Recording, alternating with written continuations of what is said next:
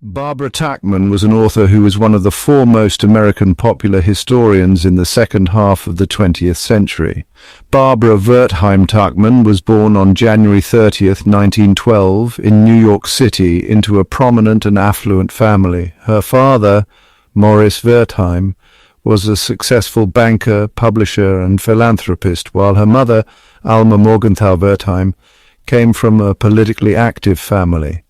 Tuchman grew up in a household steeped in intellectual and cultural pursuits, which would shape her future interests.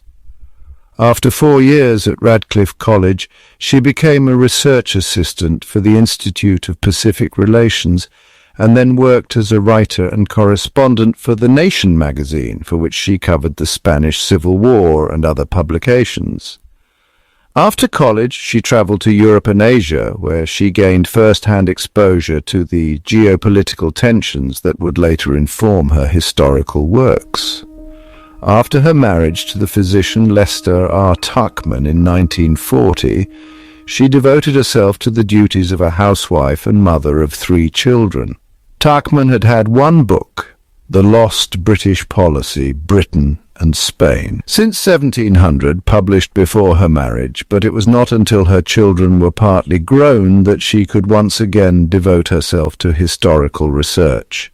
The result was Bible and Sword, England and Palestine from the Bronze Age to Balfour, a study of the historical background leading up to the Balfour Declaration.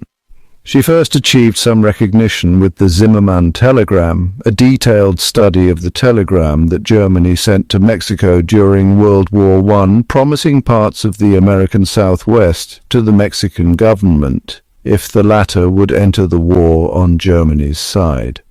In 1962, Tuchman's The Guns of August, also published as August 1914, was published to widespread critical and popular acclaim. This work is a detailed account of the first month of World War I, and it vividly describes the series of military errors and miscalculations that led to the ensuing stalemate of trench warfare. The book's descriptive analysis of the German offensive into northern France helped win Tuchman the Pulitzer Prize in 1963.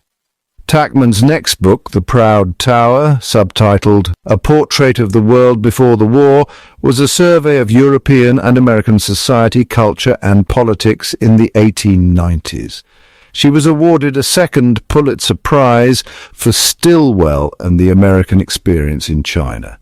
This was a study of the relationship between the United States and 20th century China, as epitomized in the wartime experiences of Joseph Stilwell, the general who headed U.S. forces in the China-Burma-India theater during much of World War II. Tuchman then spent 7 years researching and writing A Distant Mirror, the calamitous 14th century. In this book, she vividly portrayed historical events, personalities, and life in 14th century France.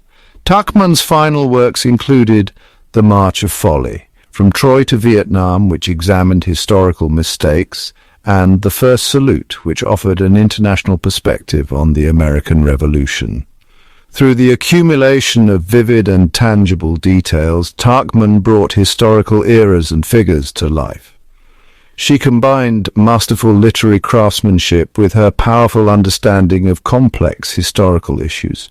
Through her impactful and precise works, Tuchman demonstrated that history is not merely a collection of events, but a dynamic narrative filled with lessons, triumphs, and tragedies.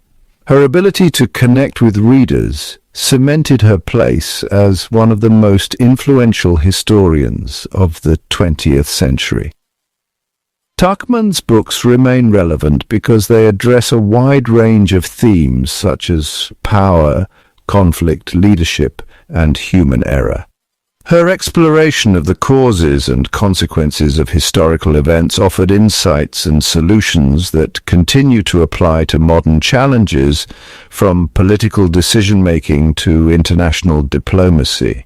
She reminds us that history does not remain confined to the past, but offers lessons for the future.